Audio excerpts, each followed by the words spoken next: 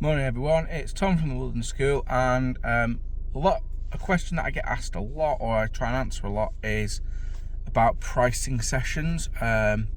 So before I go into college, I'm just going to do a quick video on this, couple of minutes. So basically, when you're pricing a session, or when I'm pricing a session, there's a thing called pricing up and a thing called pricing down, as I term it. So pricing up is where you go in and you say, right, I'm going to work X number of hours per week, and I then need to make £40 an hour based on what I'm doing to make money.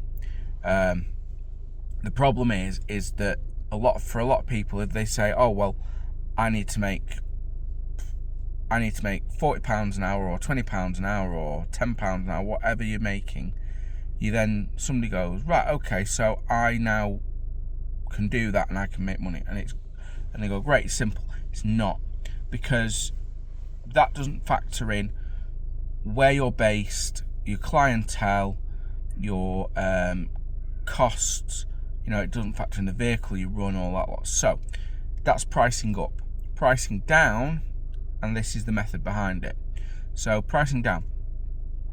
Before we get up in the morning, we literally wake up and we need X amount of money to survive. So we need, for example, £500 a week to pay the mortgage or rent or food, utilities, all them things that before we decide what we're going to do for a job, we need that minimum amount of money to cope. Then the next stage is, right, we're going to be a forest school practitioner, so we get dressed.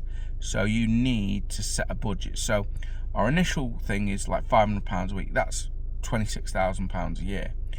We then decide we're a forest school practitioner, so we go, right, I'm going to put on my workwear, my uniform, whatever it is you need, your waterproofs, your boots, your trousers, whatever it is you need to dress yourself in for the day. So let's say £1,000 for workwear type stuff. We then need to be a forest school practitioner. Now, there's a little bit of admin each year involved in that, so there's your insurance, your tax, CPD, like first aid and things like that. So we then go along, we say, right, I'm gonna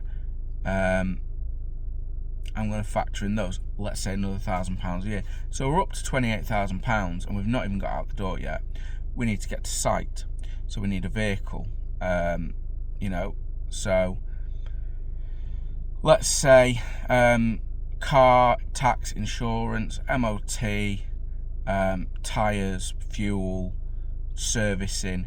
Let's say that runs us to £6,000 a year. So we're up to £34,000, and we've not actually got to site yet. We get to site. Now, we might own the site, we might rent the site, we might, I don't know, we might work within a school where we don't pay rent or whatever. But let's say site and site admin. So again, site admin, all our materials are things like the hot chocolate, the biscuits. We might have knives, we might have a fire bowl, we might have firewood, we might buy umpteen different things. So let's say that's another £6,000 a year. We're up to £40,000. Now, basically, what I would say as well is I would plan in 10% as a contingency. What if it goes wrong? What if your car gets broken into, your equipment's all stolen, or your car is stolen and the insurance says it's going to be a few months before we can figure it all out? Could be the case. You might break your leg, you might have 2 months off. So what I do is I say, if you put 10% in your budget for contingency, for example, so you put 10% in, so that's £44,000 a year. Now, the academic year is about 40 weeks long, roughly, give or take. So you say £44,000 divided by 40 working weeks in a year. You might have a holiday club, I don't know, but say 40 weeks, that's £1,100 per week that you need to make. Now, £1,100 sounds like a lot, but you divide that out per hour based on a 40-hour week, that's not bad, because we're now at what, £1,100. But then you've got your contact hours and non-contact hours. So what I mean by that is, contact hours is hours you are physically teaching. Non-contact hours is hours you are doing prep, driving, admin, paperwork, all that fun stuff that nobody wants to do. But your contact hours, I would say I personally do about 25 contact hours a week. I then do another 15 non-contact hours, which is my driving, my prep, my setup, coming home, cleaning, all that good stuff. So if you divide that 1,100 by 25, it works out at roughly £44 per hour. So that, if I go and say I'm doing a session that's a 2-hour session, I need to cover my costs, do £88 for 2 hours. Now that can sound like a lot, but if you've got 10 children in a session for 2 hours, that's little under £9 an hour. So if you're charging £9 an hour, £10 an hour, that's not bad. Now you also need to factor in things like if you do sibling discount. Sibling discount for me is, my opinion is it's very unfair. So if I only have one child that goes to a forest school session because I only have one child, or because of age or whatever factor, I'm then being penalised for only having one child there. Whereas if somebody has 2 children there, they're not being penalised, and they're actually being incentivised to go to your session with multiple children. And some people will say, yes, but you've got, more costs and things involved. But both those children are getting the same activity as my child. They're not being, it's a case of, and it's not, it's not my fault that I don't have multiple children at that session. If my eldest one's at school and my youngest one's going to the session, or I only have one child, I'm basically being penalised for only having one child there. So I would say personally, I don't do multi-child discount, because at the end of the day, I do have 2 children, and I budget for the fact that I have to take 2 children to things. So it's in my budget.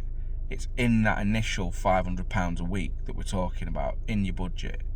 So I would say, if you've got multi-child discount, you need to factor that into your pricing. If you're saying that, a 2-hour session is £9, but we do multi-child discount, you might have to raise the cost of your first child to accommodate the fact that you have a second child or a third child attending for a parent, which is where it comes under the bit where it's unfair.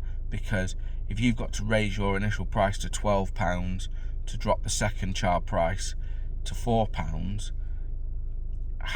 that's where, for me, it's unfair.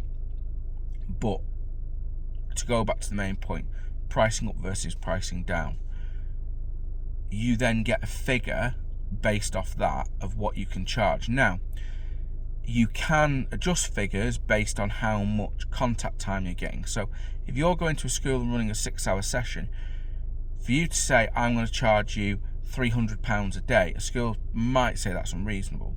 But because your contact time is greatly increased, because you've got 6 hours of contact time and you might have 2 hours of non-contact time, down from, say, 4 hours of non-contact time between running 3 separate sessions, you can say, well, what I can do is I can do you a reduction on price, because you've got me all day. You've got me all day. You've got me doing the session for the whole day. Now, that's a little bit of flexibility.